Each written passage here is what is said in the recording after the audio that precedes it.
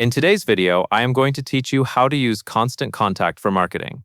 To get started, log into your Constant Contact account and look at the navigation on the left side of the screen.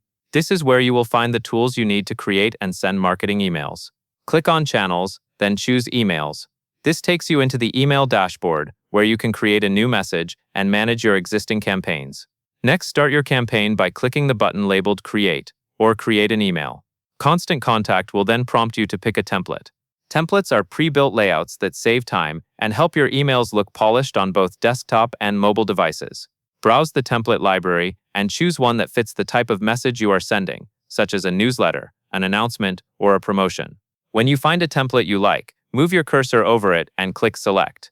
This opens the email editor, where you will design and customize your content. The editor is drag and drop, which means you can build your email visually without needing any code.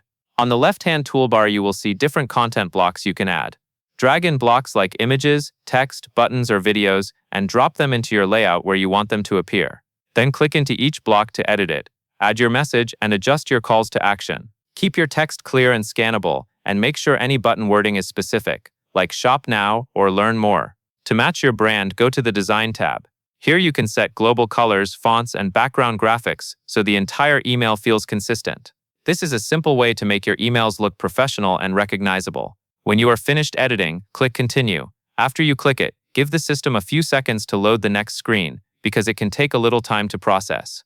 Now configure your sending settings. Choose the list or segment you want to send the email to, so the right audience receives it.